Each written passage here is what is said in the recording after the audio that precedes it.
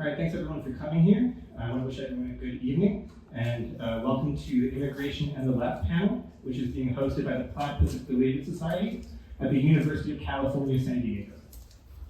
My name is Colin. I help run the chapter here.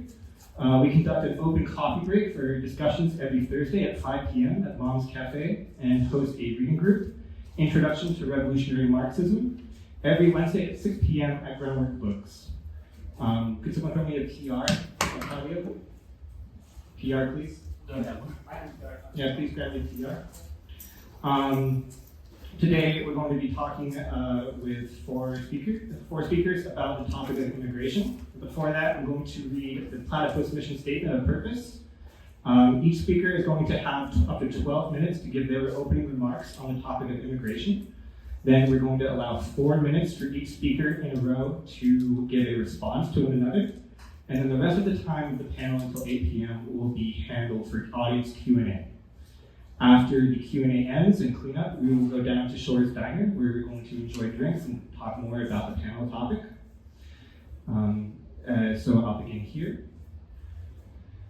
The Platypus Affiliated Society, established in 2006, aims to open up emancipatory questions related to the old, middle, and new left in the Platypus Affiliated Society, established in December 2006, organizes reading groups, public fora, research, and journalism focused on problems and tasks inherited from the old 1920s to 1930s, new 1960s to 70s, and post-political 80s to 90s left for the possibility of emancipatory politics today. Our speakers have come here today to discuss the following prompt. The crisis of migration raises critical questions of emancipatory potential, for immigrant labor is both necessary and discouraged. Today, the left calls for open borders, whereas in the 90s, figures on the left like Bernie Sanders and Cesar Chavez were against them, stating that such policies depress wages and fracture worker unity. Do we still need borders, or is there an alternative? Are open borders a leftist position, or do they only serve neoliberal labor markets? What has migration meant to the working class historically? And is Marxism still relevant to the politics of immigration today? Because Justin Akers-Chacon is has something to go to in 1 hour, he'll be going first. I will introduce the panelists in the order that they're speaking, and who's second? Second and third, fantastic. Justin Akers-Chacon is a labor activist and professor of U.S. history and Chicano studies at San Diego City College. A border abolitionist, Akers-Chacon educates on how transnational trade dominates labor and how this exposes the necessity of an international working class movement. He has written for the International Socialist Review and is the author of The Border Cross Us, The Case for Opening the U.S.-Mexico Border, and co-author of No One is Illegal.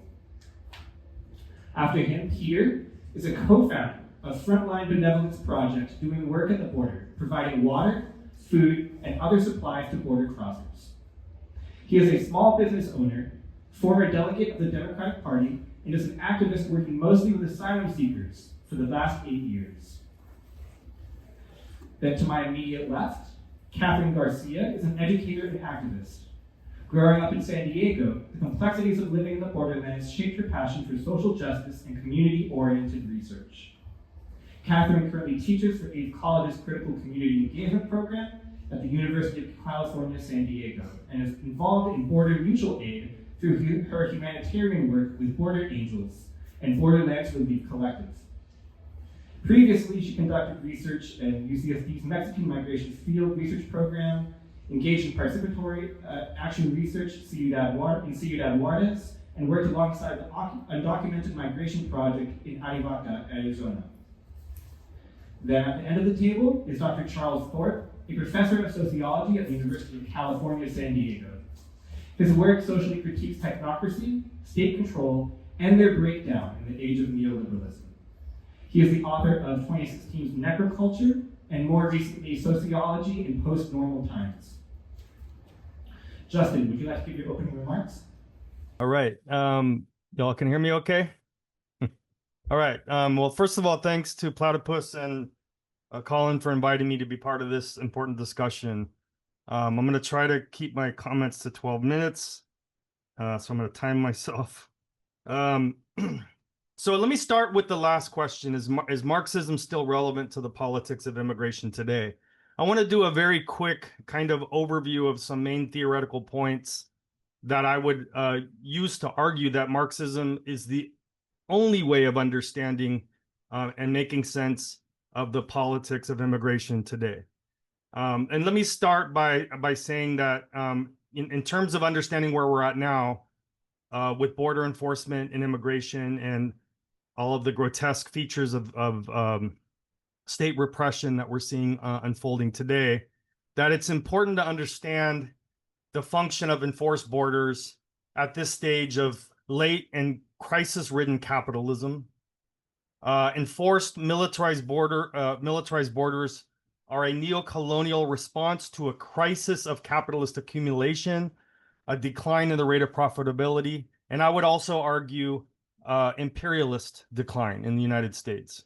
And I start by sharing some statistics recently published by Marxist economist Michael Roberts, who's looking at the state of the US economy. And I want to try to use this information to frame why and how immigration enforcement and border enforcement policy have become a function of capitalist accumulation and profiteering in this period. So according to his research, the rate of profit in the US fell 27% over the period of 1945 to 2021. This was followed by a decline in the rate of profitability from 1965 to 1982, from 23.2% in 1965 to 13.5% in 1982. From 1982 to 2006, the rate of profitability rose again up to 16.3% in 2021, although I want to argue and contextualize how this occurred through neoliberal restructuring of the capitalist economy. One solution to the problem of economic stagnation over this period was a fundamental shift in economic policy, essentially changing foreign and domestic rules of capitalism to create more favorable conditions for capitalism and imperialism to thrive once more. So especially since the 1980s, instead of expanding the U.S. economy through its productive capacities nationally and internationally, and creating a greater or increasing greater market share vis-a-vis its competitors globally, the U.S. capitalist class and state set out to make up for declining rates of accumulation and profitability by taking back public wealth through privatization, tax cuts, smashing unions, and a whole host of other means of transferring working class wealth, accumulated wealth and gains back to the rich. And that's the period that we're in today, right? We see it in its most naked and brutal form. Internationally, it meant forcing open closed economies, the mass export of investment capital, and what I argue, the neo-colonization of economies like that in Mexico. In the 1970s, Mexico was hard hit by the global capitalist crisis that hit most of the globe in 1973 to 1975. In that period, Mexico became increasingly indebted to US banks. From 1973 to 1982, Mexico's public sector external debt soared from 4 billion to 80 billion.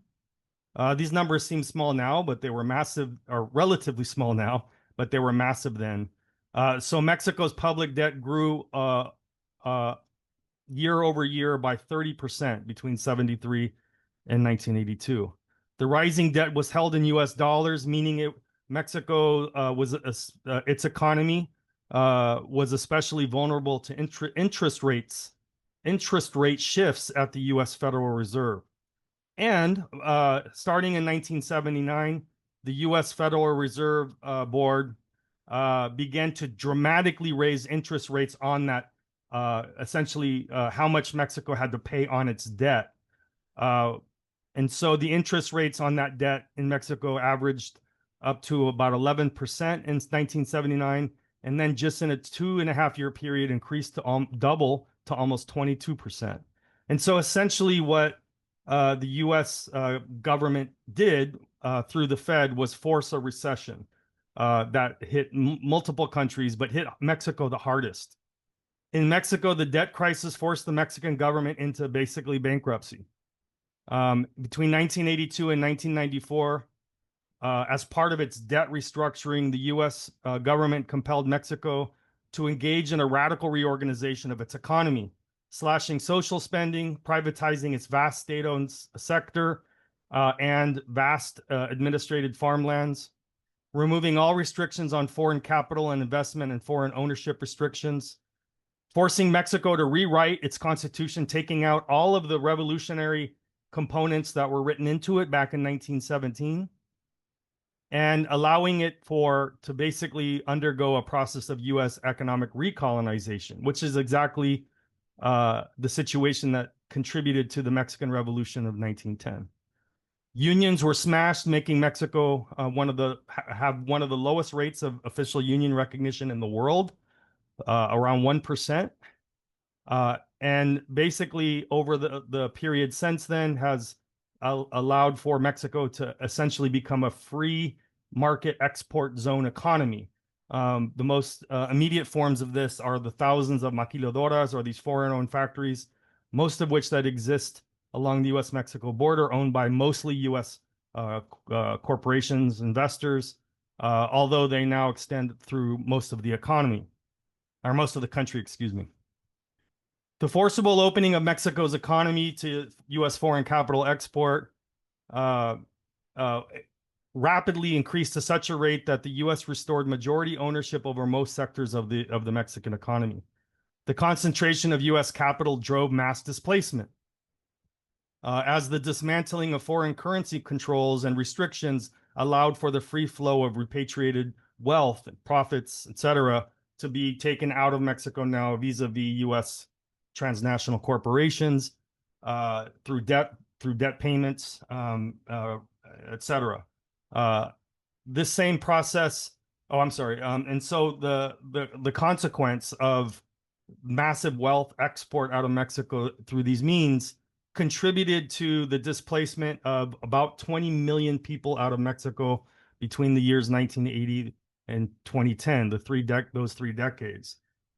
This same process was replicated in parts of the Caribbean and in parts of Central America, creating mass and episodic exoduses of different groups of people from those regions up to the present. A couple other important things in terms of understanding a Marxist analysis of this process. One, in 1986, as part of a negotiated process that led to the Immigration Reform and Control Act, an important immigration policy that year, the US government agreed to allow for over 3 million people to have their citizenship, have access to citizenship and become legalized. This was largely a legal process, but it was largely a legislative process, but required a legal process. And interestingly, several major US labor unions facilitated the legal process by which over 3 million workers can become legalized.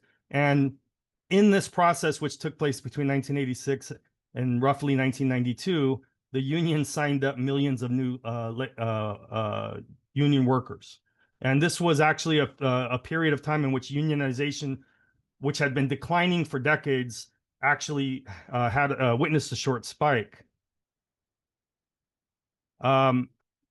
So it led to higher rates of unionization in sectors of the economy where immigrants were predominant, pushing up the wage threshold for all workers. So we saw an increase in wages across the board following the legalization, and other benefits for workers in the working class.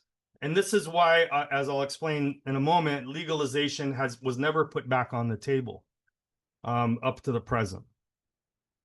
Simultaneously, during that same period, the US government shifted its immigration enforcement strategy towards criminalizing migrants and beginning to militarize the border, increasing significant resources towards cracking down on workers inside U.S. industries, and essentially, passing laws and expanding immigrant enforcement agencies to begin to not mass deport them, but to terrorize them and begin the process of keeping them contained and segregated. And so this is a way of understanding the super exploitation that emerges of immigrants, and how that became essentially an important way in which capital increases in capital accumulation and profitability through their super exploited labor could be a component of restoring those things, restoring profitability, restoring capital accumulation. The same period in which millions were displaced, the U.S. built the U.S.-Mexico border wall, more than doubled the size of the Border Patrol. After 9/11, the U.S. government created the Department of Homeland Security in 2003 and ICE for interior enforcement, now to create essentially an armed immigration police that would now monitor, control, regulate, and punish small sections of the working class, the immigrant working class, especially those engaged in collective bargaining or unionization, or in any way essentially trying to organize themselves. And so this process of expanding what I call the migra state, building up of the repressive apparatus of the state, specifically geared towards immigrant and migrant workers, took the funding of that expanded up to the point where it's about a $60 billion a year budget now. This especially increased in response to the immigrant rights mass movements of 2006 and 7, when over 3 million workers went on strike, boycotted, marched, and took other forms for legalization. Between 2008 and 2016, the Democrats promised legalization but baited and switched. Instead, expanded immigration enforcement to its highest levels, thus earning Barack Obama the nickname of deporter-in-chief by his second term, where he had deported more migrant peoples than any other president in modern history. And this also opened the door in which the Democrats handed the keys to this repressive apparatus to Trump in 2017. So I'm at my time, but I'll just conclude by saying that we saw a replay of this in the elections of 2024, where after Biden and Harris were elected, they promised to undo Trumpism, to legalize undocumented people, and to put a moratorium on deportation, none of which came to pass. In fact, by the campaign year of 2024, Biden and then Kamala Harris were actually, their politics around immigration were practically identical to that of Trump, basically both claiming that they would close the border to protect American workers and jobs, et cetera. So this essentially, the politics of immigration enforcement and migrant worker repression can be attributed to helping understand the decline of unionism, the collapsing standards of the working class, the reemergence of open racism, sexism, homophobia, transphobia, ableism, and xenophobia, and the way in which we're now experiencing attacks against all sectors of a fragmented and atomized working class. These are all interconnected with the reemergence of really an unmasked form of class warfare that right now that we're witnessing, but has its most intensive front against immigrants. And I would also say Palestinians, but that's another discussion. It also has created the opening for the far-right ascendancy of Trump and the growth of far-right and fascist forces internationally who are essentially following the same model. Only through a Marxist analysis can we make sense of this mess, one that understands how immigrant criminalization occurs at the intersection of crisis capitalism, declining U.S. imperialism, at the end of an epoch that is producing the conditions for an era that I would I would go as far as to state as an era that we're now in, which is one of revolution, counter-revolution, and potential fascism. Or in the words of the Marxist revolutionary Rosa Luxemburg, we're once again at the point of socialism or barbarism.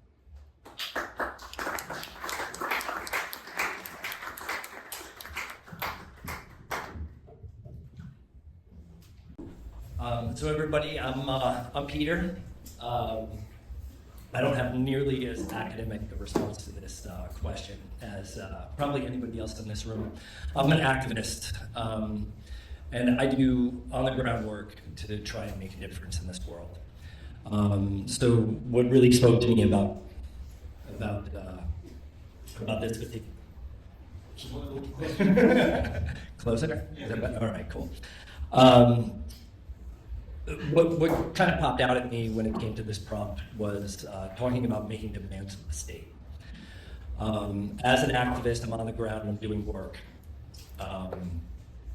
And I sometimes have to call people and make some demands of the state. And often I fail. I think back to my time when I was in the Democratic Party, and there was a candidate by the name of Amar Khan-Bashar. He was in East County and he was running for Congress. He came out of the gate as a guy who was super progressive, wanted to make serious changes, things that we thought were attainable at the time. And, you know, eventually he changed his tune and he turned out to be a complete piece of garbage human being. And at one point, he sat down with a group called DEC, which was called Defend East County.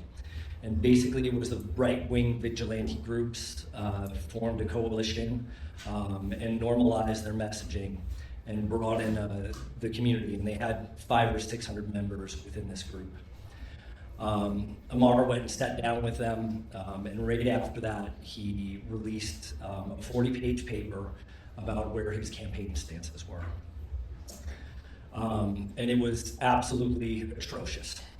So I kind of picked out one of the things that he was saying, which is that he wanted to strengthen something called the E-Verify system. The E-Verify system is something that employers use to make sure that they are hiring people who are legal to work in the United States. If anybody's had experience with it, you know that you're not mandated to do it as an employer. It's one of these things that's it's there, and if you want to do it, you can do it.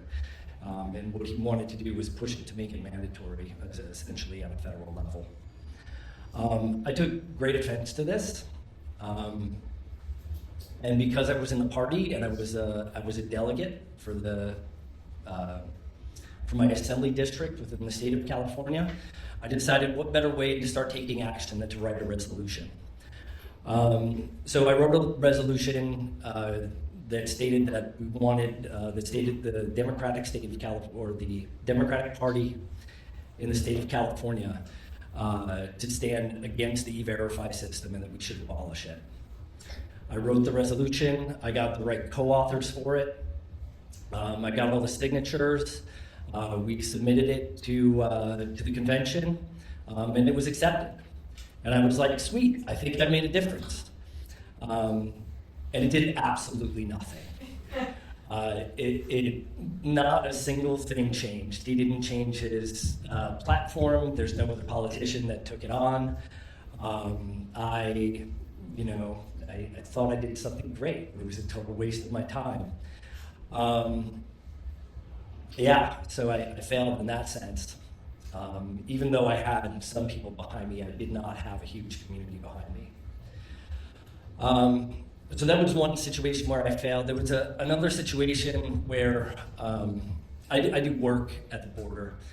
We provide, for the last couple of years, I have provided food, water, medical care, information to asylum seekers that have been crossing the border.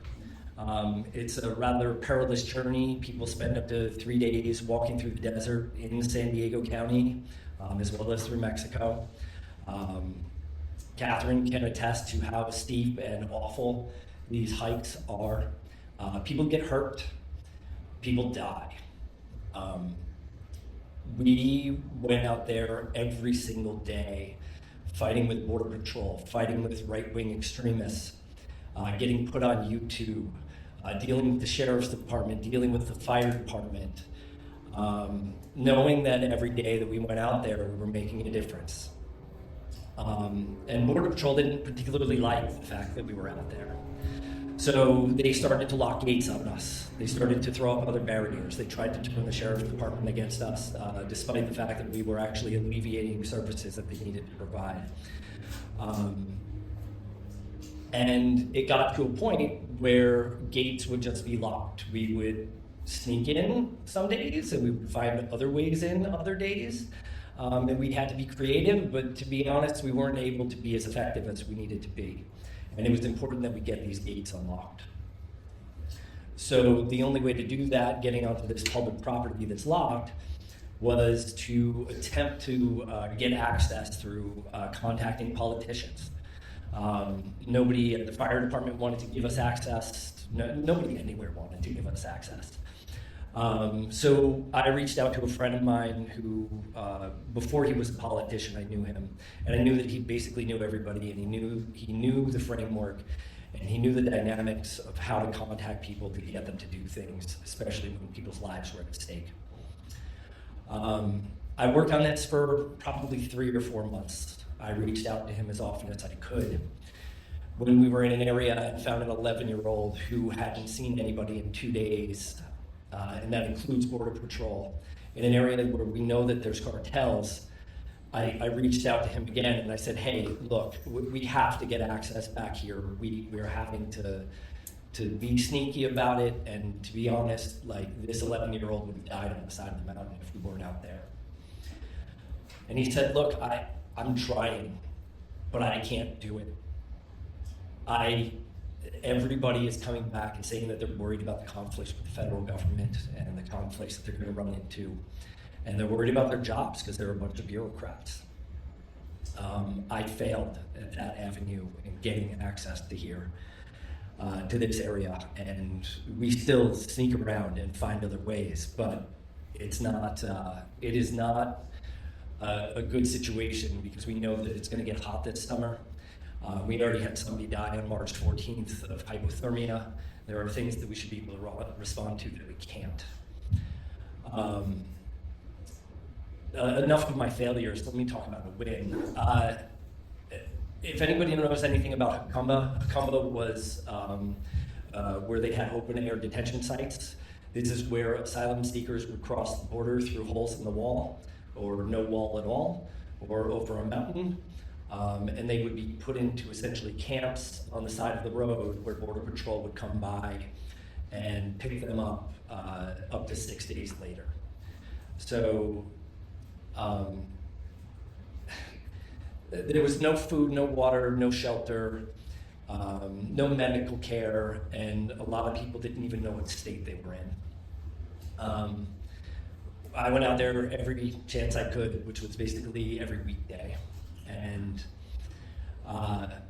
Sam was on the ground to begin with. He mobilized hundreds and hundreds of volunteers to come out and help. He got news organizations, it didn't matter who it was, if it's Fox News, CNN, PBS. He got everybody, responded to everything, and got the news behind him. He spun the right story that actually had politicians come out and reach out to him and ask them what they could do to help him. Eventually, he was able to be successful. He, in terms of getting porta potties put out there and trash collection. They wouldn't do anything about food, water, or shelter because it was a tiff that they had with the federal government. But they were able to get basic amenities out there to the point of where we could plug the holes and actually make a difference to make sure that people were safe. So when we think about making demands of the state, we have to think not about the numbers or the statistics, but when we're going to make these demands, we're going to need to make sure that we have a community around us that can have our backs. We're going to want to make sure that we have the press on our side. so that eventually we can bring in the politicians who actually want to make a difference. And that's really the way that I see it. So yeah, that's all I have to say about it.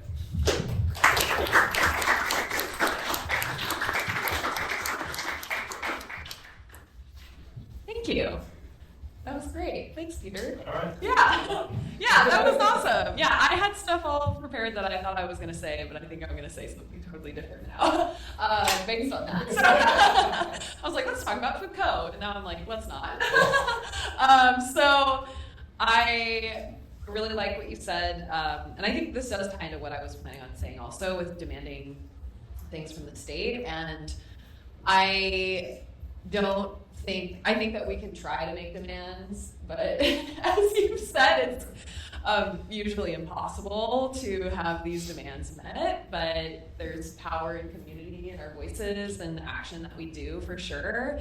I think that if in a perfect world, which is perhaps possible at some point, I think that the state would acknowledge its role in causing people to need to migrate, like U.S. intervention in Latin America, causing mass displacement, coups, training people. School of the Americas, if you're not familiar, the United States has this training facility.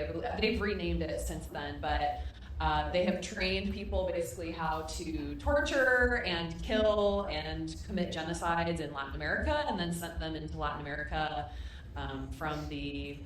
this was mostly I would say 70s, 80s, 90s time, but a lot of countries in Central America, they have these people that have been trained in the United States how to kill and how to carry out all of these things. And also the war on drugs and destabilizing countries that's what the US state loves to do. So I think that the state would acknowledge that it has a large role in the need for people to migrate, creating these power vacuums in these countries, destabilizing these countries, creating, violence in these countries, and then acknowledging this is why people are migrating.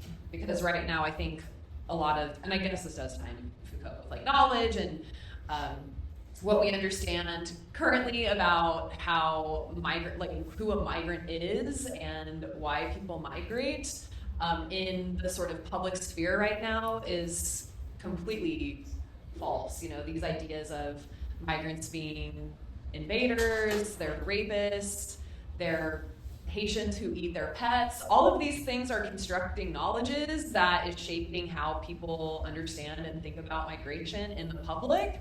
And it would be ideal to see the state shift the narrative away from that and actually acknowledge this is the role, this is why people, the true reasons why people are migrating. It's because of, whoops, we totally destabilized all of these countries and now people need to migrate. And so I think that the state needs to acknowledge that and sort of change the discourse about migration and what we know about migrants and immigration in general. I do think that I envision a liberated future with no borders. That's probably very optimistic of me to think about, but we'll see, with how things go with the world, with climate disasters and all of these things. It'll either go, and it looks like we're going towards more extreme, hardening borders and separating people, but we could also perhaps approach, maybe the social consciousness is awakening and people will see that we need to open borders because migration is an internationally recognized human right by the United Nations, and it is something that is, like I said, being caused by the United States. And so I think if we change the discourse and the knowledge that we have about migration in general, that's definitely a stepping stone. I think that we can take an abolitionist, feminist approach to understanding migration as well, and we can have communities of care, like Peter was saying. We have communities, we have people on the ground that are working to make a difference. Wherever we see the systemic oppression, we do see communities and individuals pushing back, and so we're never going to stop fighting. We just won't. We're going to do what it takes. And I think that we have people like this that exist that are doing the work. It might seem like the minority, but I think that as long as we're having dialogues about this, and we can have constructive dialogues with people about migration and who immigrants are, and also humanizing and not necessarily always just looking at the statistics, but seeing the faces of people, of human beings, and children especially. I can't imagine somebody, I mean, I'm sure there's a lot of awful people, but seeing an 11-year-old or like seeing a child that has died in the desert, like how can anybody think that, like how can you see that and feel like that's okay as another human being? So I like to think that we can approach a social consciousness of understanding that we are human beings and migration is caused because of these complex reasons.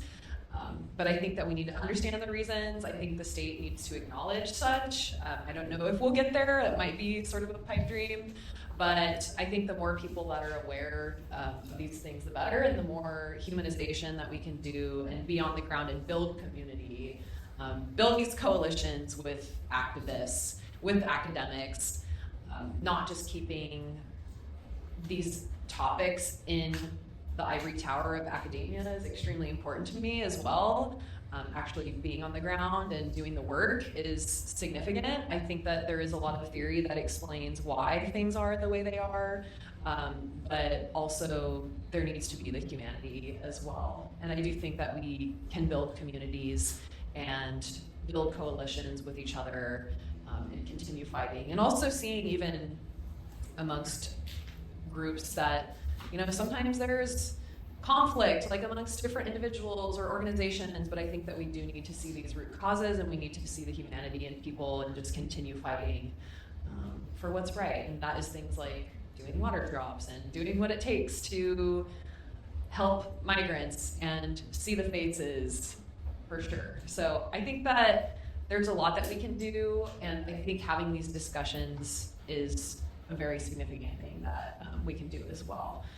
And regarding like neoliberalism as well, I mean, thinking about NAFTA, the North American Free Trade Agreement, basically saying like, yes, we're gonna open our borders to goods and things. We like goods and things and commerce, but we don't want the people that are coming because of this like destabilization that we've seen with, I can go all into getting the United States corn imported into Mexico and then people needing to migrate. And I'm sure that I think Justin was talking about this as well, just like within Mexico in general, and sort of just like looking at the intricacies of why people are migrating. That's like a huge part of all of this as well. But understanding that, yes, this is definitely tied to neoliberalism.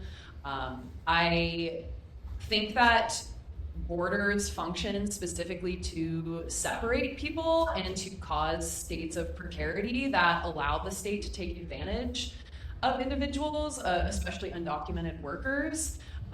Neoliberalism and the privatization definitely functions on the exploitation of undocumented people and paying low wages. So if there were open borders, I'm sure that there would be ways that people would be separated, and this sort of distinction of us and them would be created in other ways. And borders aren't necessarily just like physical borders. Like the idea of a border and what separates people moves beyond just a physical wall. And it is so entrenched in our society right now that I am sure that the state would find a way to separate people further and create other precarious situations. But I do think an open border future is possible. And I like to be optimistic about that. And yeah, that's it.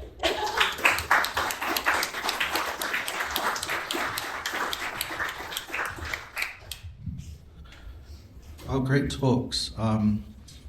Really impressed with the activism that Peter's doing. And I think even when it doesn't come to fruition, it is a demonstration of solidarity that in itself is really important. And I agree with Kathryn, particularly pointing to violence and war as, and I want to say a bit more about that, as a cause of migration.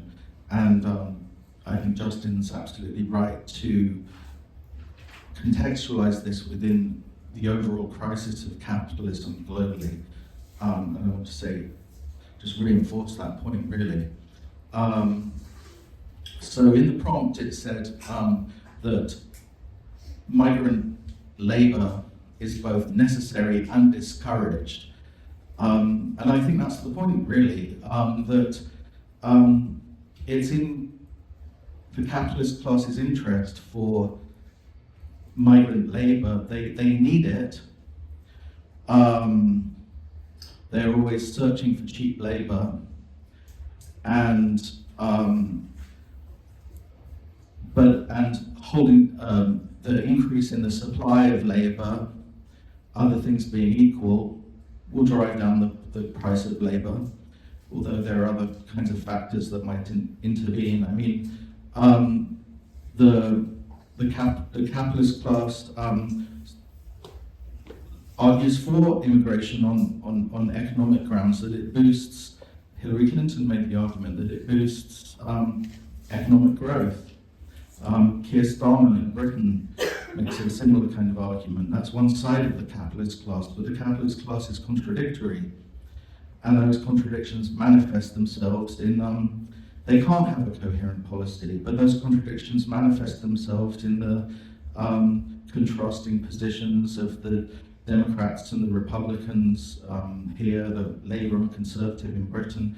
But fundamentally, it boils down to the same dynamic, which is towards having, as Justin said, a section of labour that is super exploited. And border enforcement and deportation is a form of terror that is used to terrorise a section of the working class to reinforce their super exploitation. No, there are no problems that can be solved within the current system. There are no policies that can be introduced within the current system that can solve any problems. The current system is a living, dead system. It has no future, it has no present. It's just a system of crisis that should not exist. And the longer it exists, the more horror it produces.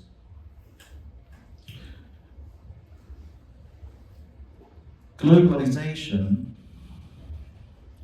is the context for this crisis, but it's an inevitable consequence. I mean, capitalism tends towards globalization.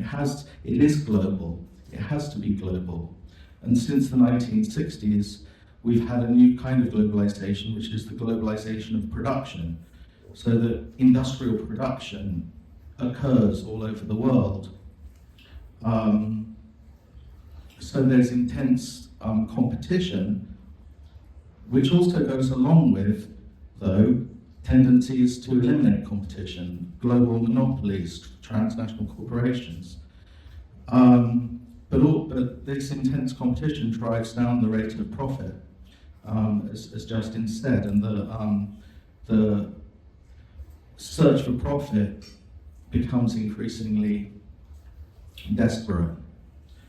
The capitalism is full of contradictions. The contradiction between private property and socialized production. The overbearing contradiction, I think, today is between the nation state and the global economy. The nation state is the form in which the capitalist class, the bourgeoisie, consolidated its class power. It's the form in which the bourgeoisie organized the society. But it stands in contradiction with the necessity for capital to grow beyond the borders of the nation state, the global economy. Imperialism is capitalism's solution to that contradiction, where the capitalist class of the major capitalist powers use the state to organize the world in the interests of that nation's capitalist class. Organizing the world means dominating the world through war, ultimately. Migration, people generally don't migrate unless they're pushed to. Behind migration is great suffering, and it's a symptom of global chaos. With the US border and the migration from Mexico and from Latin America, I mean, that's really, as Kathryn said, has to be understood in terms of, well, as Justin said, in terms of NAFTA and free trade and the neo-colonization of Mexico, but also, as Kathryn said, in terms of the violent disorganization of Latin America by US imperialism, going back, over 100 years. But it's interesting. El Salvador is now, in the headlines, and one thinks about in the 1980s, the US backed El Salvadorian right-wing paramilitary death squads that murdered so many leftists and unionists.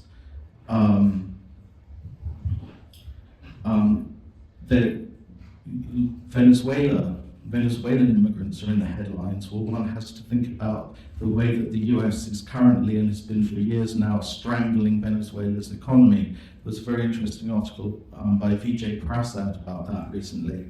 The tariffs on oil exports, the cutting off of Venezuela from financial systems globally.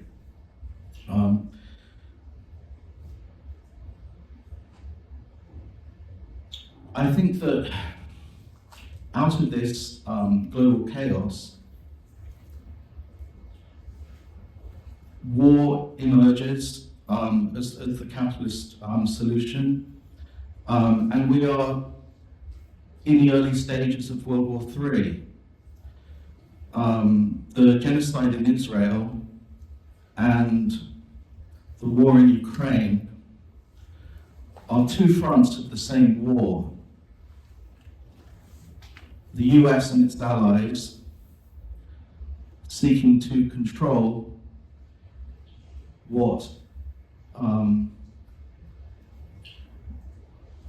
Mackinder, British geographer in the turn of the 20th century, called the world island of Central Asia and Russia.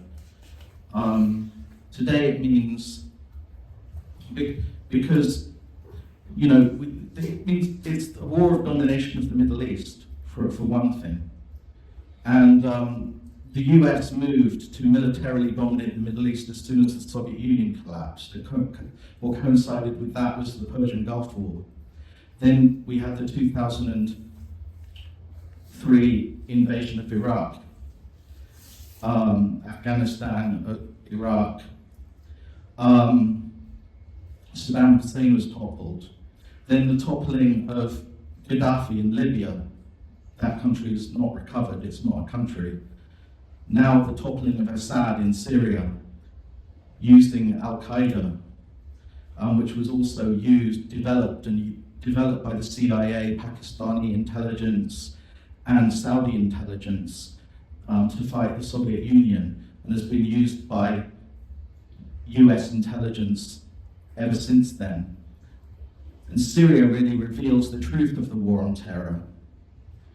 I think when you see Donald Trump shaking hands with the Al-Qaeda leader of the new Syria. Ukraine is the other front against Russia. Of course, Syria was Russia's ally in the Middle East. They also seek to destroy Iran, Russia's ally in the Middle East. And this is a war of the US and its allies against Russia and China. And the genocide of the Gazans is part of that war. It's the US-Israeli genocide.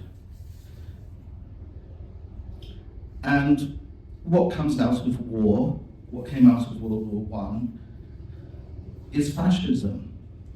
And we have fascism, a fascist government today in the United States, and it's only just started to terrorize the population.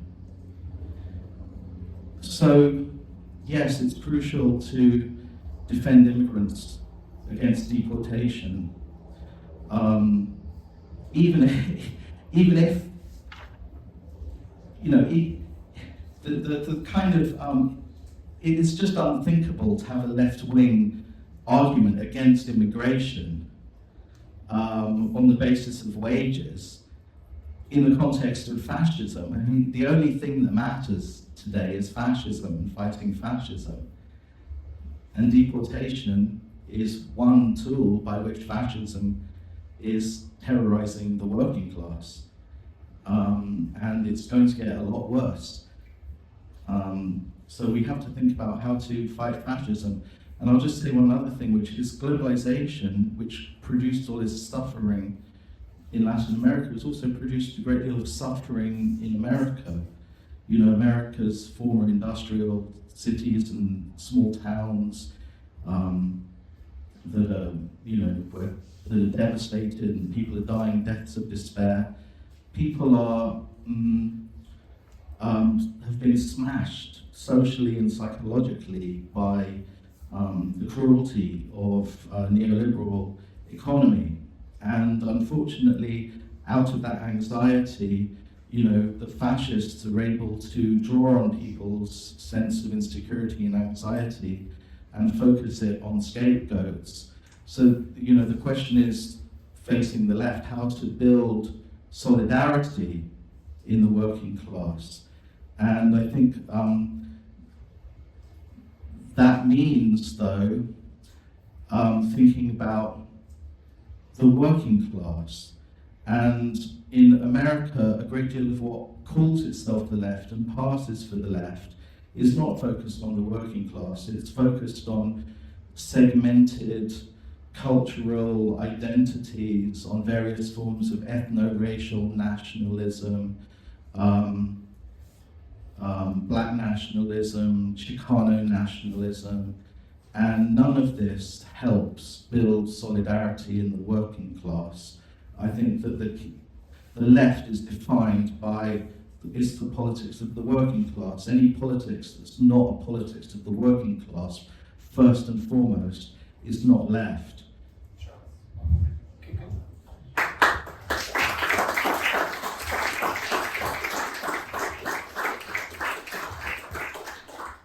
Thank you to our panelists for those opening remarks.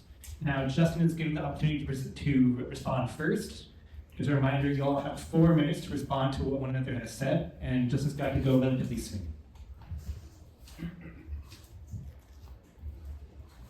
Okay, thanks. Yeah, great contributions to the discussion. I want to start by saying that I agree. I want to start and end by talking about class struggle as the antidote for what we're experiencing right now in terms of the attack on immigrants and the attack on the working class as a whole.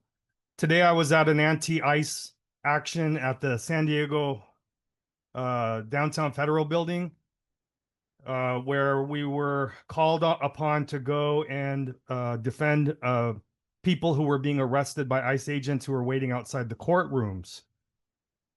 So I watched 3 people get arrested by a dozen ICE agents.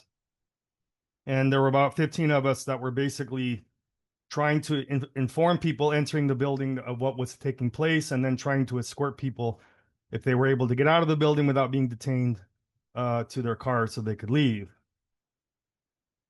What ICE was doing was, well, there's about 1.4 million people in this country who have deportation orders. And those deportation orders are filed by ICE, and it could be for a number of reasons. So what ICE is doing in a coordinated fashion over the last few days around the country is they're issuing notifications to people who have deportation orders that they have a court date to hear about the termination of their deportation order. So ICE withdrew their deportation orders, but then mobilized to go arrest the people as they were leaving the court, because the way a policy exists right now, although Trump is pushing now to end this, is that if you have a date in court, or if you have a case pending in a court of law, you can't be deported directly until that case is resolved. So ICE, knowing that, withdrew their deportation orders. They had their cases terminated, but when they leave the courthouse, they're now undocumented people. And inside a federal building, you don't have to show a judicial warrant or any warrant at all. And in fact, what's happening now is ICE aren't even using judicial warrants or any kind of warrant at all. They're just abducting people. I share this story because, one, I understand and agree the importance of struggle and the importance of being active. We need ideas. We need to develop those ideas, but we need to apply those ideas in the defense of people, in this case of immigrant workers. But I also share that story because when we talk about reforming the state or trying to get people within the state to do the right thing, I think it's important to recognize that the state itself is dismantling its own guardrails. It's transcending its own legal infrastructure. And so that means that we're not effective. We're not going to be effective appealing to the morality of the state or what we perceive to be as honest brokers or actors inside this political system. So that necessitates that we look to other means in order to force change.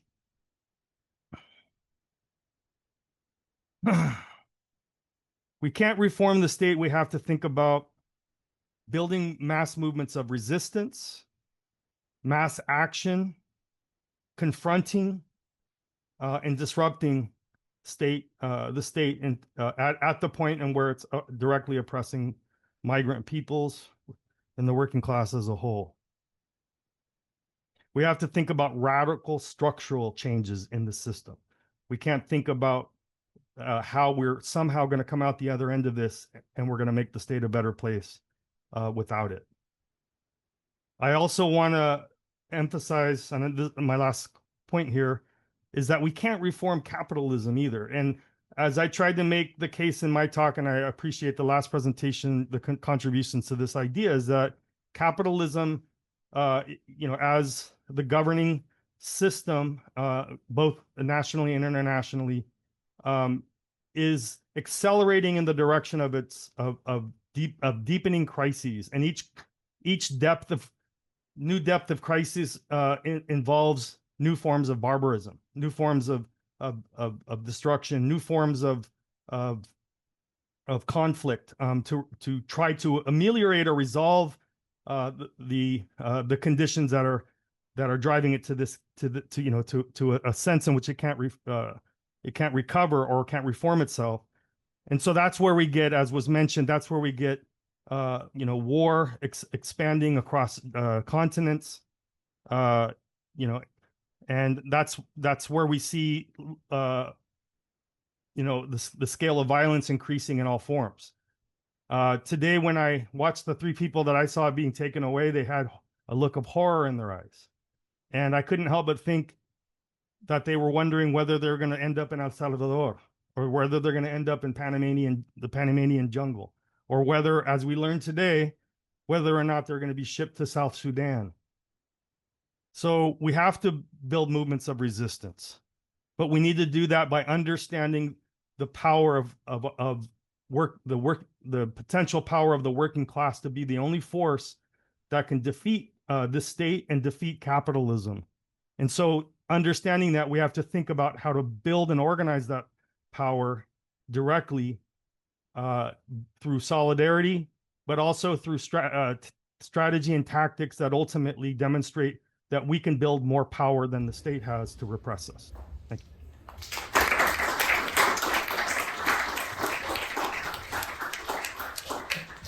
Thank you very much.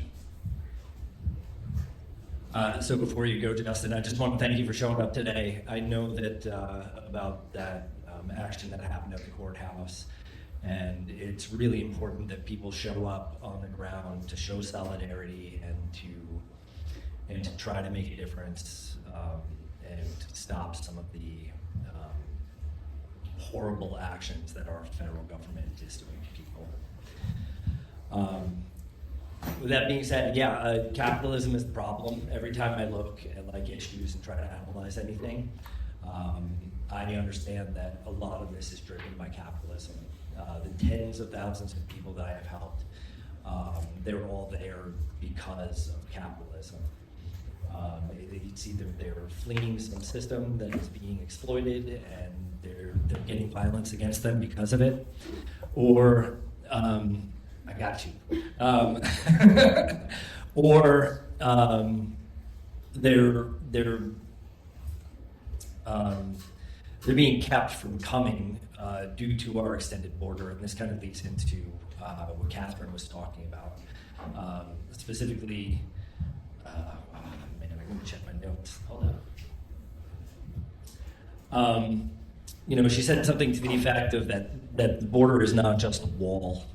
And I think it's important for us to understand that the border is not just a wall, and it's only a partial wall. There's massive holes in that wall. Our border also includes the Mexican National Guard, who has set up outposts along the border to keep people from crossing into the United States. That border continues down to the airports in Tijuana, where they're essentially asking people why they're there, and they're arresting them and deporting them from Mexico. That border continues down to the Darien Gap. I don't know how to explain the horrors that go down in the Darien Gap, but absolutely everyone is robbed. Women are raped. There's a bunch of dead people in the middle of the jungle that people have to walk past.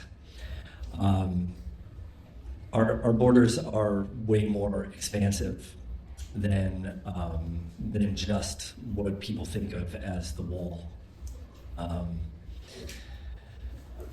And it's capitalism that drives it. If you get really simple about everything, it's always some sort of capitalism, some sort of gain that people are trying to get, and there's some sort of defending of that gain. And that's what we're stuck in. So the fight is against capitalism.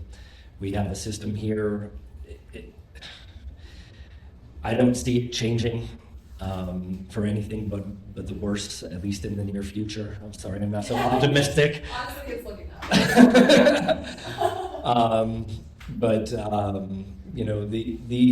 The solution right now is to get out in the field and fight on whatever avenue you feel comfortable with. If you deal with homelessness, go and address homelessness. Make sure people have food, make sure they have sleeping bags, make sure they have some shelter. I deal with asylum seekers and migrants. I'm on the ground as often as I can be to try and make a difference, and I'm trying to be smart about it to make sure that I'm making a difference and I'm not garnering too much attention from the feds or from the cartels or from anyone. But I know that I'm making individual differences, and if we're out there making individual differences, we can actually make a difference. If not in the entire system, then at least with individuals. Yeah.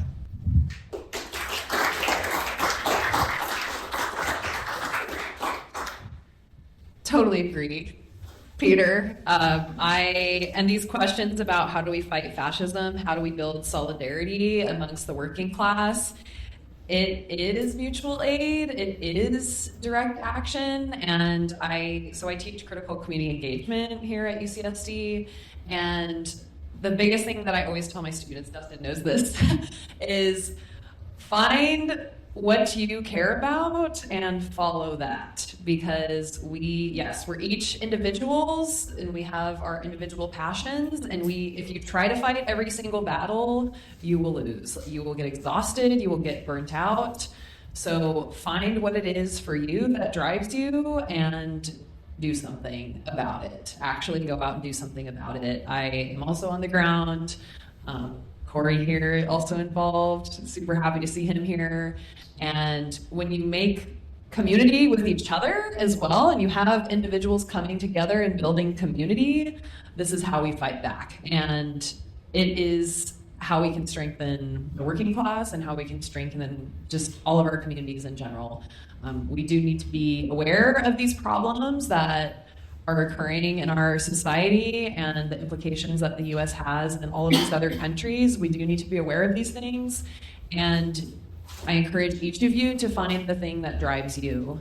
And maybe it is homelessness, maybe it is migration, maybe it is the environment, maybe it's something else. But whatever it is to you, just let that drive you and try not to get exhausted and burnt out. Because that's what the state wants. The state wants you to be exhausted. And it is fucking exhausting. It is fucking exhausting. Pardon my French, but it is tiring. And the state wants you to be tired. So we have to continue fighting. And the way that we do that is through building community with each other. So find what it is for you that drives you and have it, get out of bed and build the community, and also know when to rest and take breaks as well, because burnout is the thing that will kill us. So keep fighting, for sure. That's what I suggest.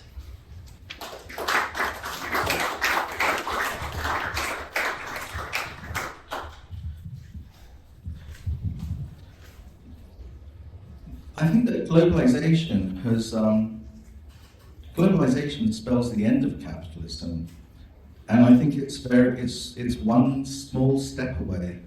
It's like there's a paper wall dividing us from a socialist world, a much better world. We have all the resources for everybody to live a very good life, universal, everyone to be fed well, everyone to have universal education, everyone to have housing. It's all there. We can do it. Climate change is going to be difficult, but we can adapt.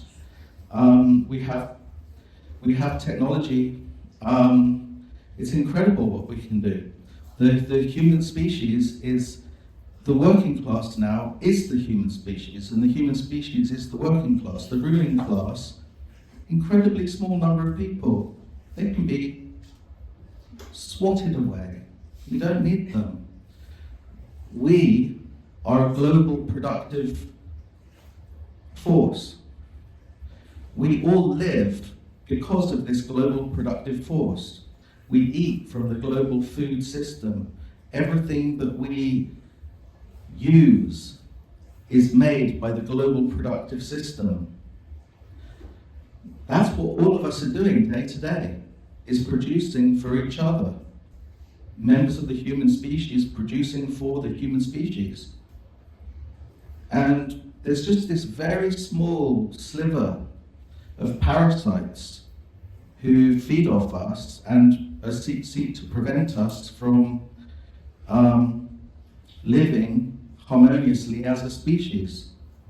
And we just need to break through that paper wall and swat this small number of people away and take control of our lives. And it's really quite simple. And the only other thing I'll say is read World Socialist website, wsws.org. Read it every day.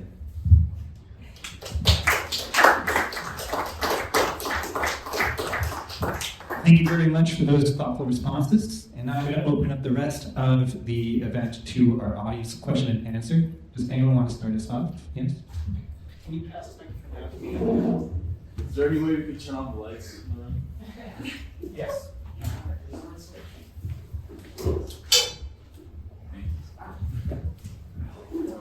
Thanks so much. Hi. I want to thank the panelists for their, for their very thoughtful remarks and kind of very detailed reflections on the state of immigration today. I was kind of struck by something in all of the comments here, in that we all look at how global capital, is responding to immigration, how it is driving policies that are, causing the sort of immensely detailed suffering that Peter and Kathryn have broached here.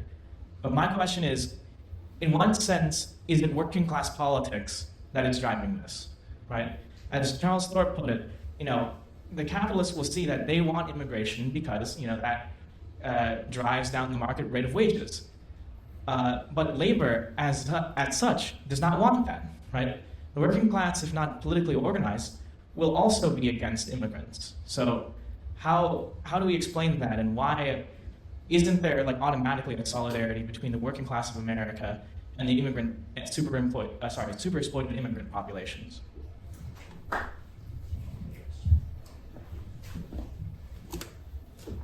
don't know if I did.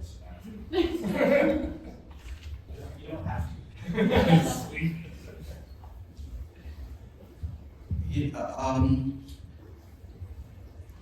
I think that anxiety, a lot of human behavior is motivated by anxiety, because anxiety, you can't live with it. You have to escape from it in some way.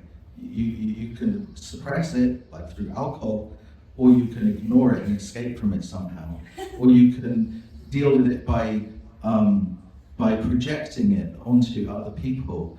And now it's no longer anxiety, it's fear and it's hatred. And that's actually better than anxiety, because you know what you're afraid of and what you hate, whereas anxiety is amorphous.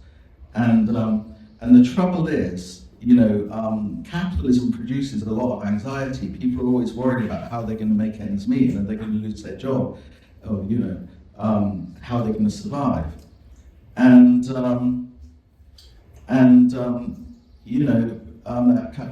Melanie Klein, a psychoanalyst, called it the paranoid schizoid position.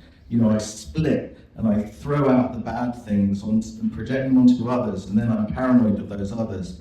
And I think that's a lot of the dynamic, of the scapegoating of immigrants.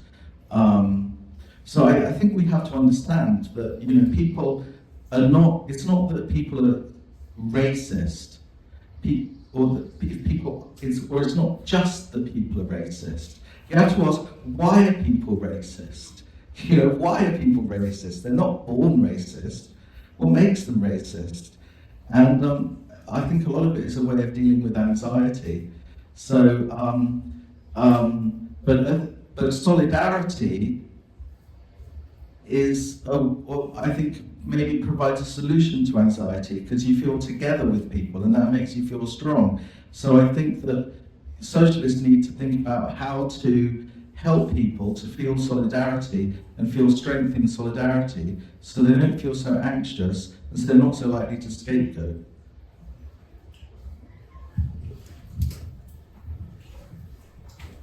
Thanks. So I think that this fear that the working class has, these immigrants are taking my job and they're lowering our wages. I think that the narrative of it is immigrants' fault that wages are depressed or taking your jobs is a narrative that is false.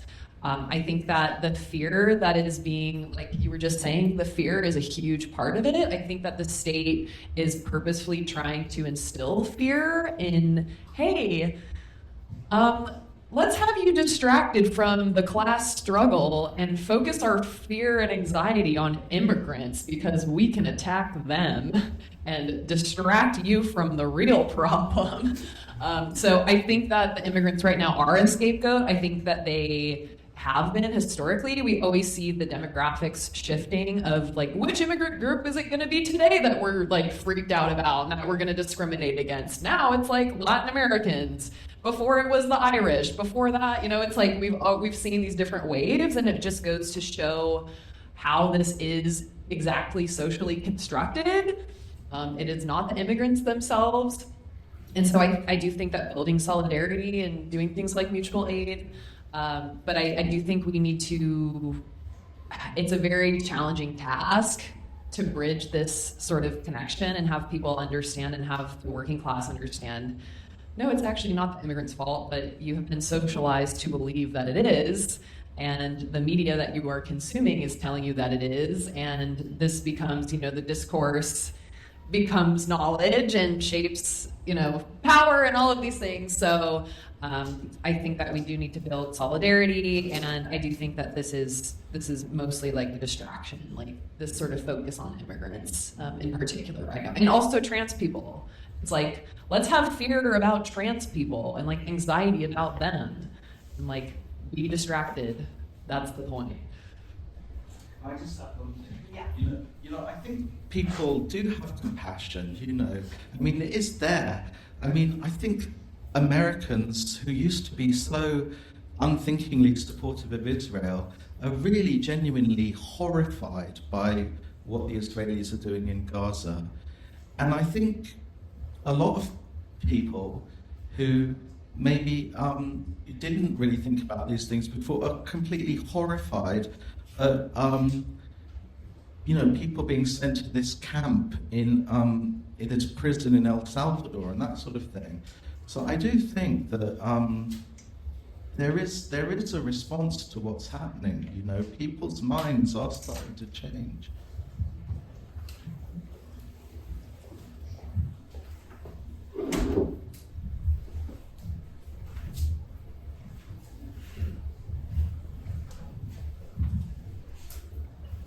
Thank you again all for attending this. So some context to this question is I worked on a municipalization campaign recently, and I found that there's like an immense problem with the way we speak about things and the definitions we use. And this question is going to focus around the word capitalism. I feel like I hear a lot in socialist and leftist circles that like capitalism is the problem. And when I would talk with, conservatives and people on the right, the other spectrum of this world, I found that like they would use capitalism and they would see the shiny parts of it, this like pull yourself up by your bootstraps type of mentality, this, like the best product wins, the best guy wins, that type of thing. I guess I want to just like ask the panel, like, I don't know what you guys mean by capitalism. Do you guys mean free market capitalism is the problem? And maybe you can, expand on the definition of capitalism. Is it, and I would say just as my opinion is that it's really like a belief system that profit sort of supplants morality, where it's like, the kids, you see a kid dying in the desert, and, maybe capitalists would say, well, the kid didn't make enough money, and, that's the problem. So yeah, what do you guys think capitalism actually is? I'll take that real quick. So I've actually had some discussions about this a little more recently, and I want to kind of focus on what you call free market capitalism. There is no free market. It doesn't exist. There are restrictions put on everything. Tariffs are like the new one that you can actually look at. My company deals with regulatory agencies all the time. Regulations mean that we do not live in a free market. These right-wing individuals, well, let's call them conservatives, right? Because that's what they prefer. We want to recognize, yeah. So conservatives, they talk about kind of the opportunities that they get. The best person winning. But the truth of the matter is behind all of that, when you get high enough into it and you're dealing with federal agencies and you're dealing with state agencies and sometimes even county agencies, and you're dealing with the movement of capital, the people who define the rules are essentially the oligarchs. We have no say as a little guy. We can have a talk with someone, we can try and resolve an issue, but this free market capitalism doesn't exist. It's a construct of what the oligarchs want it to be at this point. So, yeah, does that answer your question, or is it? I guess, what do you think the problem is then? If you don't think free market capitalism exists, and you say, well, it all comes down to capitalism, So maybe it's more the money system and the way that it works now and the control of assets, right? So when Qatar can transfer a plane to the president, and a couple of years ago they were considered a terrorist group, You know, that is capitalism. That is the movement of capital. So that, yeah, there's, I don't know, it's a total fucking mess. And maybe it's just the system that's there now, right? So we're looking at the system now. People are calling it capitalism, so that's what we're calling it. And whatever it is not working. And there is a small group of people that kind of control the narratives and control the rules and the regulations that we all have to live by. And opportunities are created for some and not created for others. Well, just on the point about competition, you know, George Orwell said, the trouble with competitions is that somebody wins. Right, so the free market tends to, so a winner, monopoly, Jeff Bezos, right? But you know, I think that fundamentally, through early human societies, in hunter-gatherer kinds of societies, the sustenance of each individual was the sustenance of the community. You know, what was gathered and what was hunted was shared within the tribe, the very small group of people. You know, 50 people really, these small groups. But you know, with the development of agriculture and the development of a surplus of product, that surplus enabled certain people to not work on producing sustenance for the community, and there were violent people, warriors, who said to the mass of the group, "We'll protect you from other people trying to steal to steal what you've got and attacking you. But also we'll just take it from you because we've got the weapons." And then you have priests who said, "We'll protect you from nature. We'll protect you from famine, from hunger, from disease, through magic. And but you've got to give us, our share, more than our fair share, what we ask for." And that's class society. And in classes, really what it means is that there are human beings preying on other human beings. There are human beings who live by predation on other human beings, by taking away from other human beings. They get fat while others starve. And they live well while others live badly, and others are forced to work for them. And that's slavery. And slavery goes back many, many thousands of years, of course. It's a very basic human relation. And then you've got serfdom, where you can work, I'm the landowner, I own the land. You can, you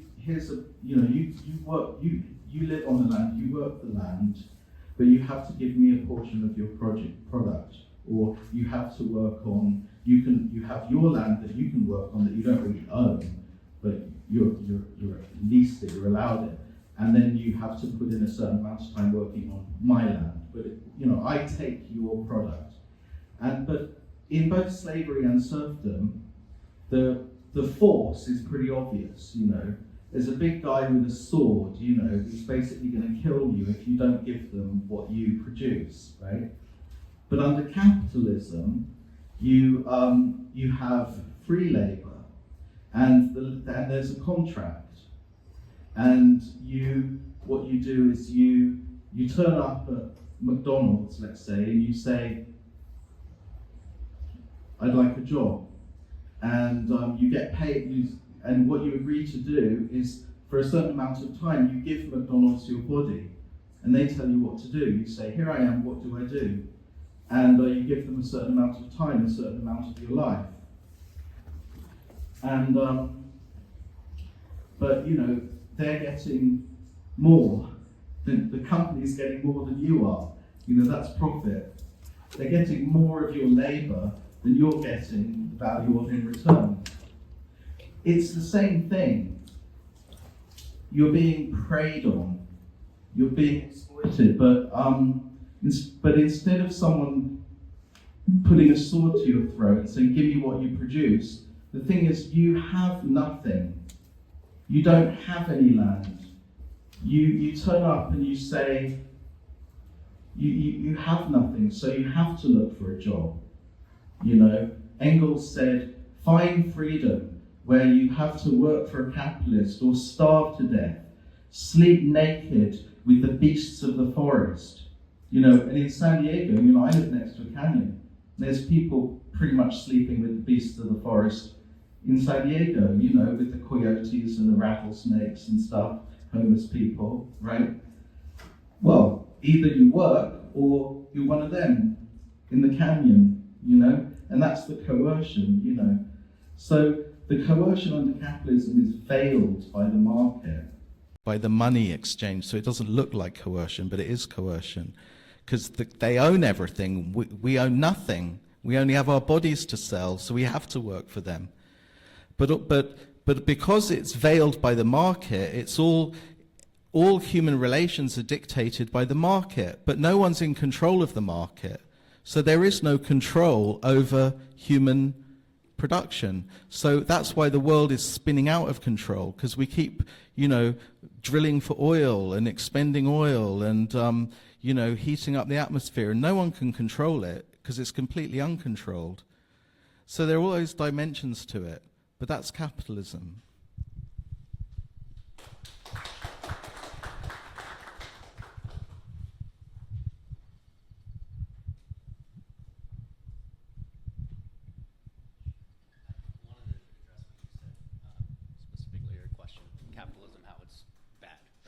An example that I wanted to bring up was mentioned.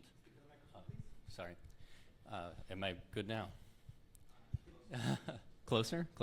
I've never used microphones, so I'm not sure how to do this. So they mentioned Guatemala, and we know that the CIA in the U.S. overthrew the Guatemalan government in the 50s, from a democratically elected government to an authoritarian dictatorship. We supported the dictatorship. Why did we do that? There was a company called United Fruit Company that wanted their monopoly. They wanted to be able to use their capitalist ability to control that market, and the US supported them. So instead of allowing that market to be free or whatever you want to call it, the capitalists said, no, we're in control, we're going to be in control, we have the US government behind us. They overthrew a government, and now to this day, because of that authoritarianism, we have Guatemalans crossing our border to flee from the bullshit they have to deal with. So that's a direct example. You can use that in Venezuela, with the oil industry. I actually don't know El Salvador's reason for why we overthrew their government, but I'm sure it's a similar thing. We chose a government, or we chose a company and their profits over a democratically elected government. Fear of communism. And also fear of communism. Yeah.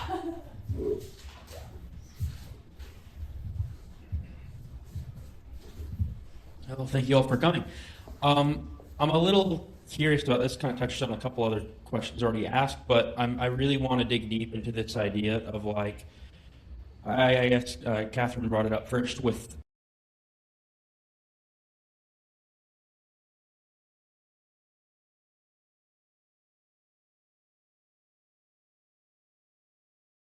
kind of like touching on Drew's question over there of, like, how are, you know, people coming in, like, how are workers and worker politics, like, doing this? And you know, Cesar Chavez, as mentioned in the prompt, and Bernie Sanders, they wanted closed borders. So I guess, you know, my question is, how are we as a society embracing ideas of capitalism and borders into our own epistemology and understanding of the world, and through this lens of internal capitalism that exists in our minds that seeks to only reproduce capitalism? Like, this doesn't feel like this is what we would consider standard capitalism of like the state and people in power are oppressing us. This feels like we are making it ourselves. And I'm just wondering if you guys want to speak on that or what that looks like or anything. Thanks, Dustin. So there's a really great book, some of y'all probably read, called Gore Capitalism. Has anybody read it? Gore Capitalism? Yeah. Highly, highly recommend Gore Capitalism. And the author, she discusses Sayek Valencia, this sort of new commodity, like hyper-violence, this hyper-consumerist culture being affiliated with like ultra-violence that we have, and violence itself being commodified as well. And I think that this goes into what we've been talking about with fear, and also the nation itself being commodified, and this sort of idea of a nation market and this national identity being commodified and sold to people. And I think that we see that with Trumpism, especially, like Make America Great Again, like this is our identity. Like what is this vague America? Like what is this commodified America that we're selling hats for? That is like becoming an identity. Like MAGA is an identity. Like we are calling people MAGA, like Trump supporters, like we refer to them as MAGA, and it all ties into this national sort of identity that's commodified. And I think that like you were saying earlier, Charles, that war is the capitalist solution. And I think that this all ties into this violence being commodified. And also we see, like she talks about in the book as well, sort of like the narco state that we see in Mexico, which is also an impact of the United States war on drugs. So it's all sort of tied in together. I don't know if this really answers your question, Dustin, but sort of like epistemologically and what we think about our nation, our identity, and commodities and what is commodified, I think that things like violence and nationhood are now being commodified and sold to us. So, I don't know if that answers the question, but definitely read Gore Capitalism. It's amazing.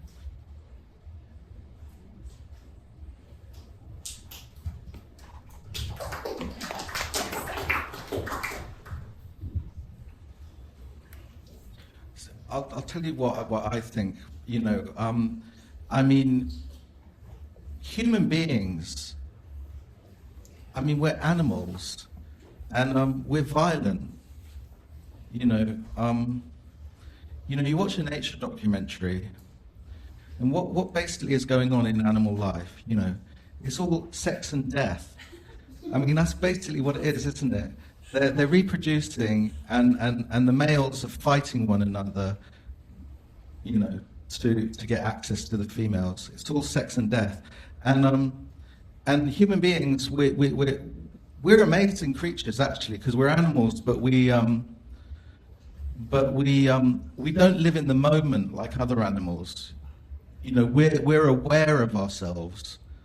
You know, we have consciousness of ourselves. We think about what we're doing. Other animals don't think about what they're doing. And we're able to form these very, you know, there are other animals that are pack animals, yes, but, you know, we form we form societies. We have something that other animals don't have, is language. You know, other animals don't have language. They don't have concepts, you know. So that enables us to be something more than other animals. But that also is part of the problem, you know, that we, it's very difficult to be a human being because we're aware of ourselves, you know. And we know that we're in the world, and the world's pretty scary. You know, there's a book published by a UCSD professor, actually. Oh God, what's the name? But anyway, the book's called Denial, and it's false belief and the origins of human mind. And he says we can only deal with consciousness by denying reality. You know, that's the task of religion. But what am I getting at? Human beings, you know, we have societies, but we're basically tribal. You know, you know, I was watching a YouTube video just yesterday of the 1964 Papua New Guinea tribal war. And these two tribes in Papua New Guinea, you know, fighting each other. I mean, actually no one died. I mean, people do die in their tribal wars, but no one died. They don't have their weapons are not very deadly, you know, so it's sort of like, you know, and then, you know, one of them who's known to be a good surgeon kind of pulls it out, you know, and it's, well, that stung, you know. But, you know, but they were so excited about it, the men, because war's fun, you know. I mean, it's very exciting. We like it, don't we? And you know, it's good fun. But the trouble is we've got really nasty weapons now, you know, nuclear weapons and all sorts of things. And the war in Ukraine is really horrific, you know, being hunted by a drone, you know, that you can't escape. So, you know, we've got to not do that anymore, really. But the thing is, we cannot do that anymore. That's the thing. You know, we've reached a level of development where we don't have to do that. The nation formed a kind of peacefulness within the nation, but incredible violence outside the nation to other nations. But the security that the nation provides is always threatened by that violence between nations. And now the security that the nation provides is threatened by global problems that the nation can't solve, like climate change, which can't be solved by nations. So we have to get beyond the nation. But instinctively, yeah, we like violence, you know, but we also have compassion, and we have language that allows us to form more complex communities. So we have to strengthen those other aspects of ourselves.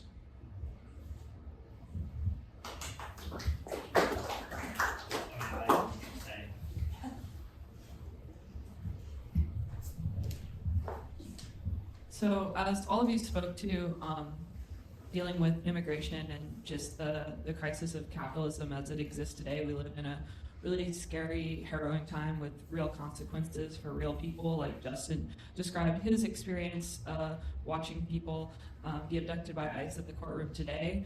So I guess trying to, for my own sake mainly, spin this perhaps into a more positive light, like amidst all this fear and hardship and terror, for you who all deal with this issue, either through direct action or through academic work, do you have any idea of perhaps this is creating like a crisis that will allow other people to wake up to the larger issue and maybe become radicalized and want to participate in forging a new, better system? Like, do you see any positive revolutionary potential in all this catastrophe?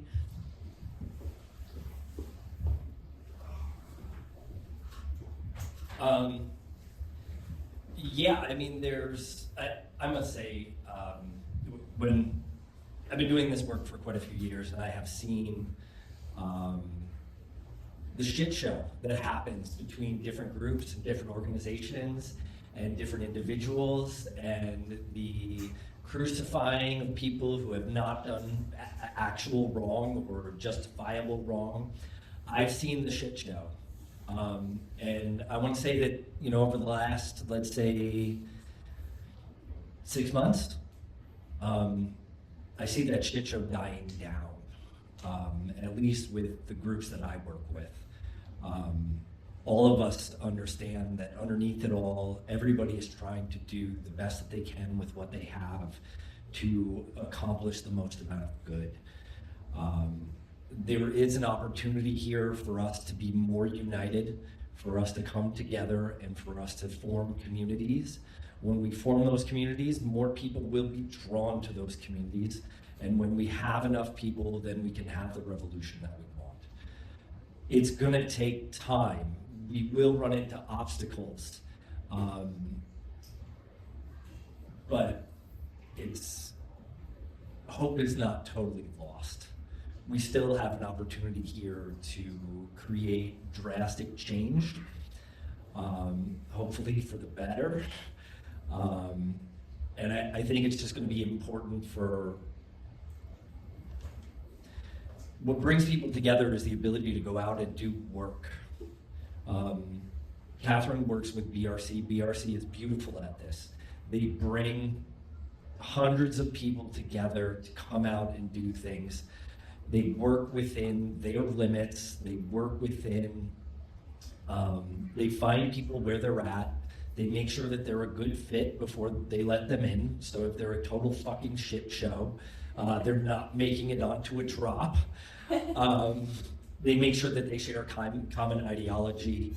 And when we can reach out to those people, bring them in and form these larger communities, we are going to be able to make a bigger difference and better changes into the future. So you can still have hope. Yeah.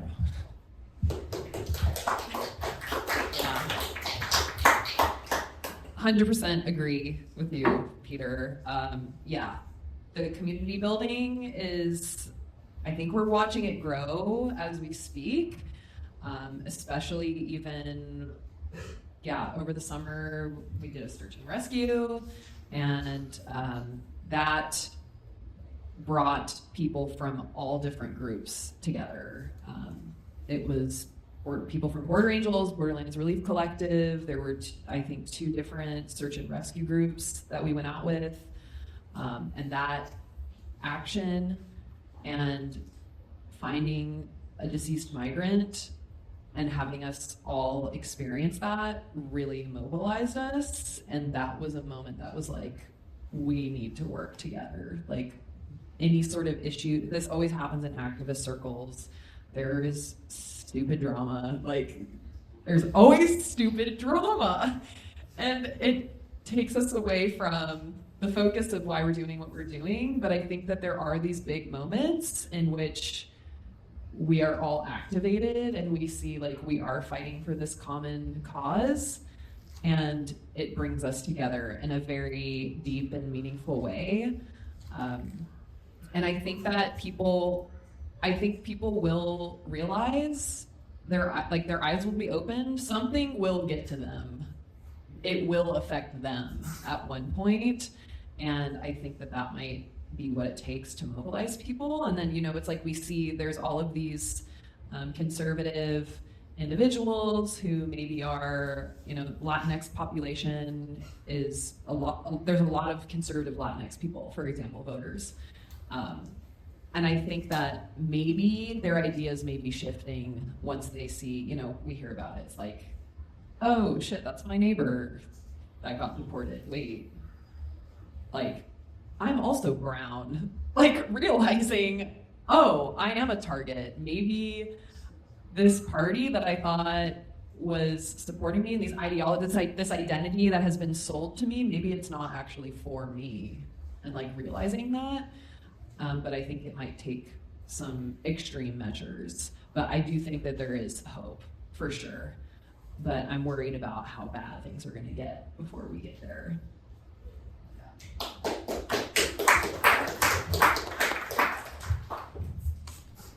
I don't know. I'm worried that people are gonna the terror, is gonna get to people. People are gonna clam up and just go about their private life. But I mean, this, Kathryn and Peter and what they're doing, it's very inspiring. And hopefully people will take action.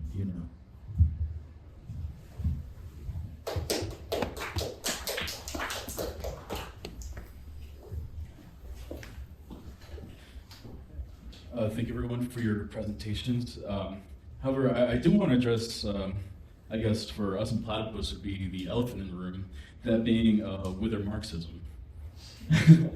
In that it's very, I think it's very obvious for us now in the present that there's a great improbability to sort of carry out the tasks of Marxism, and it will be a very long and arduous road. But however, do we need Marxism in order to recognize that we must build community? That the U.S. is the imperial world cop. Can't just liberalism just like tell us these things on its own. And if we do use Marxism, is it a mere method for analyzing economic policy, or political policy, or how to reform the nation state, or is there something more historical, or something which tasks us in the politics of Marxism itself. So I guess my question would be, what do we make of this ideology? How does it relate to what it can offer to this question of immigration and how it relates to capitalism? Is it mere analysis, or is there something more profound in what Marxism can offer us for future politics of the working class or the proletariat?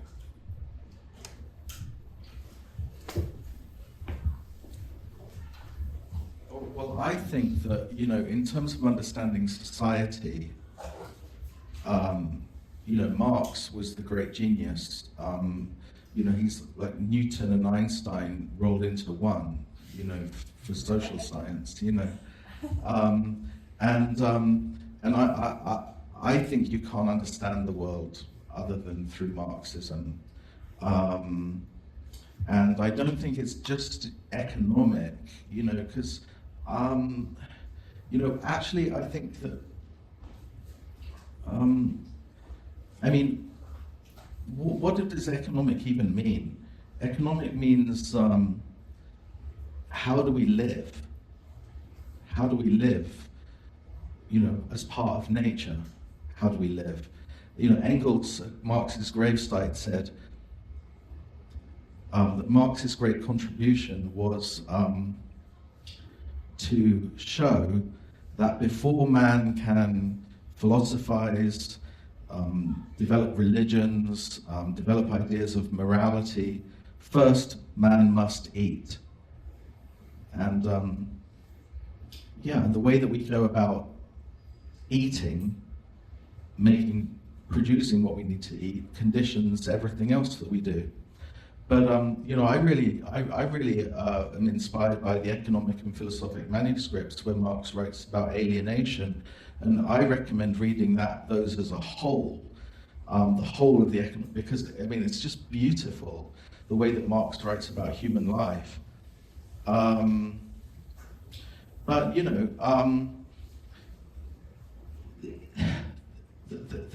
I will say that the idea of socialism, and let alone the idea of communism, can be very daunting to people.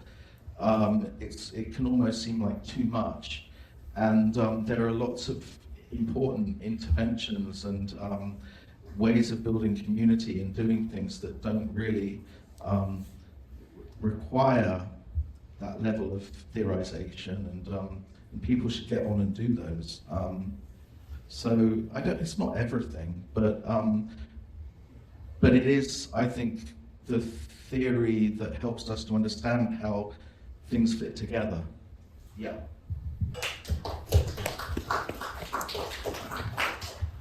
I think if you're using Marxism to find differences in ideology with other people, then you're not building community.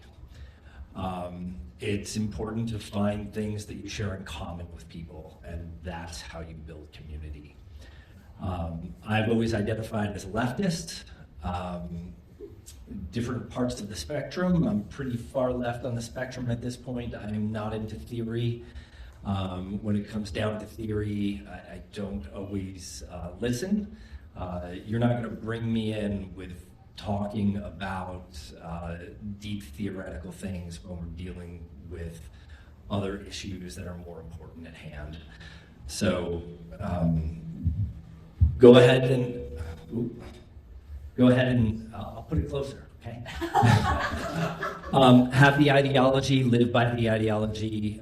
Don't use that to find differences and to find wedges in between people, and let communities grow and find common goals that are attainable. But always be an extremist in your heart. Honestly, I agree with Peter. No further comment. All right, I think we have time for one more question from the audience.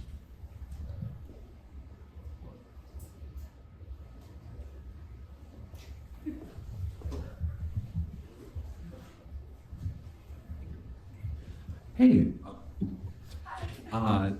thanks for all of your comments and talks. You all mentioned the state, in different ways. And I wanted to see if we could draw out a little bit more how you think similarly or differently about the state.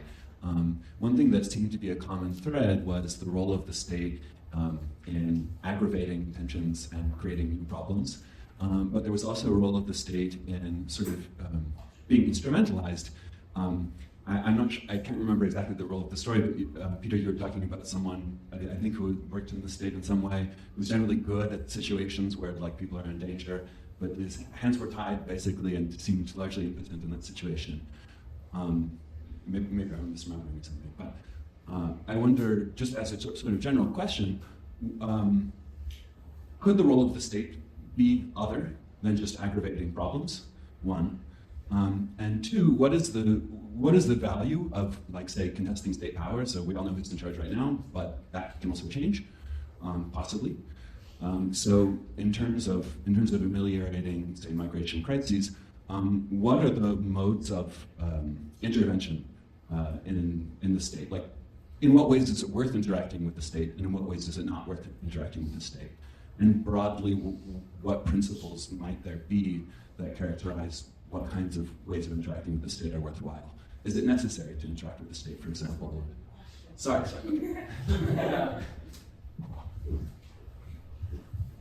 Yeah, but we know it's kind of directed.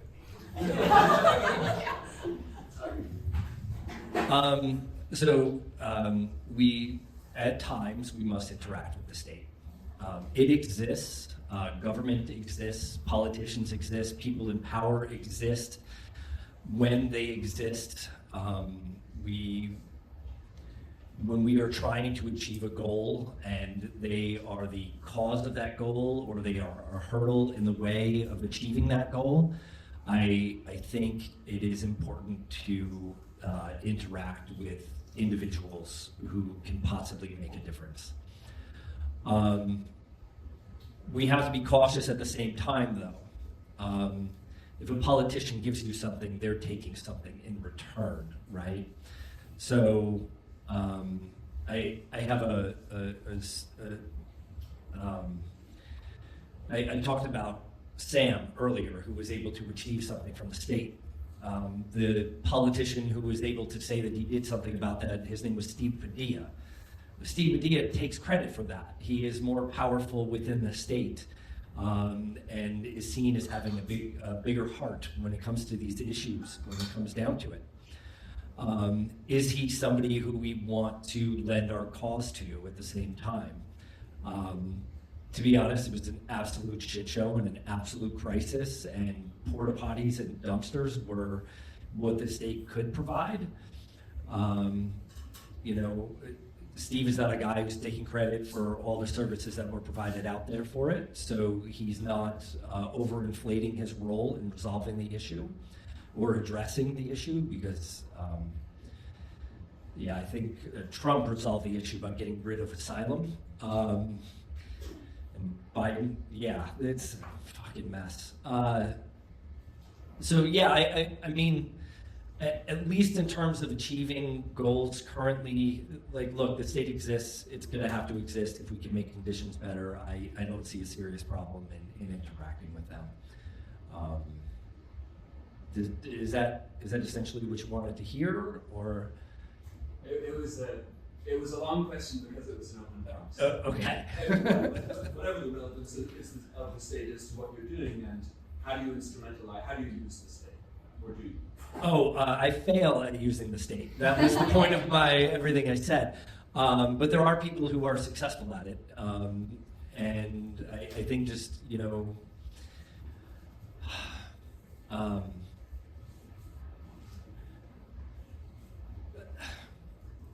the state is there. It has created the fucking problems. It has created the shit shows that we try and address. If there's individuals within that state, we have to be incredibly cautious when we're dealing with them. We would like a revolution, and we understand that that destroying the state as it exists now is probably a community goal, at least with everybody in this room. So we have to be careful when we're interacting with the state. We have to be aware. For example, when I'm dealing with Border Patrol agents on the ground and I'm being friendly and kind with them, you know, I am getting intel from them as they are getting intel from me. My goal in those interactions and forming those relationships, because they are relationships in the end when we see these people day in and day out, my goal is to improve conditions for people that are crossing the border. And I'm able to achieve that goal by forming those relationships and essentially dealing with members of the state, whether it be law enforcement or politicians or regulators or whatever else. It exists. It's the solution that I see now to be able to react to current situations. And so I don't see a problem with it. If there's another way, I'm open to listening. But yeah, I'm just trying to make the most amount of good in the world, and working with the state is part of it. So it's unfortunate, but it has to happen. Yeah.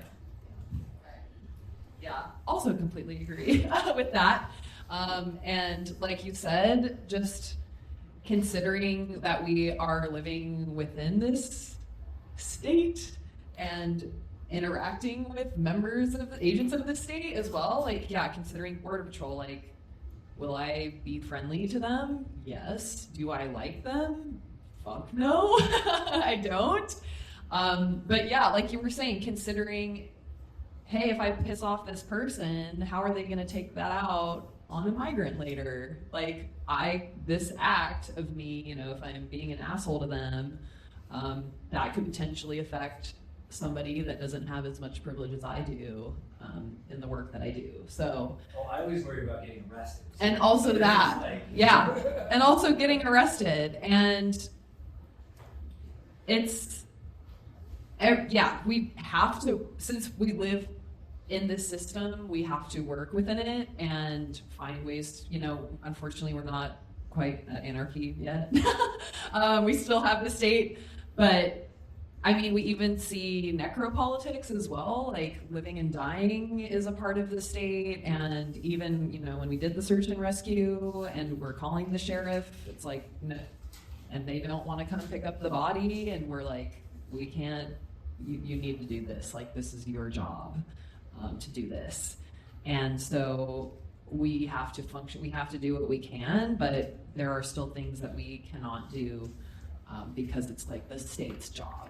So we have to function within it and then, yeah, worry about ourselves not getting arrested, and also the effects on other people too. So we're doing the best we can with what we got, is what I would say. We're not allowed to touch a body if we find it. Yeah.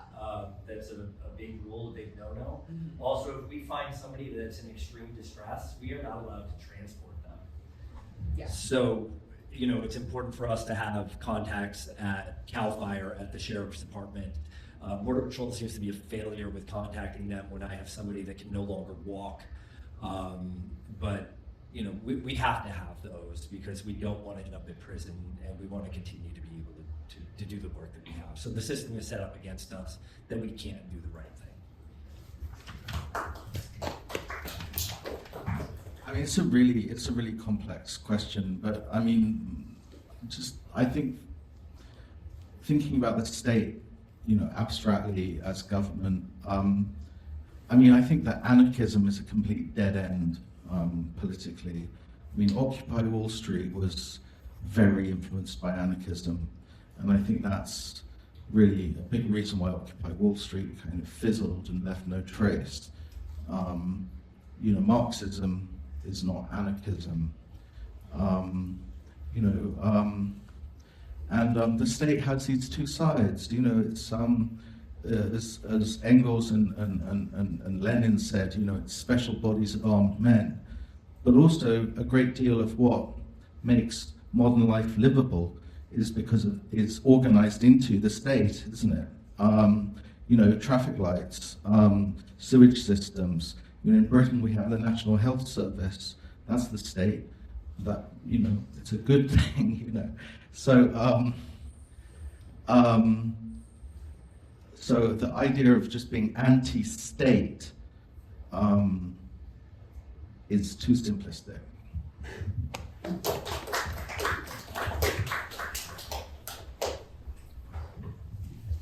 Okay, can we get one more round of applause for all of our panelists today? Thank you so much.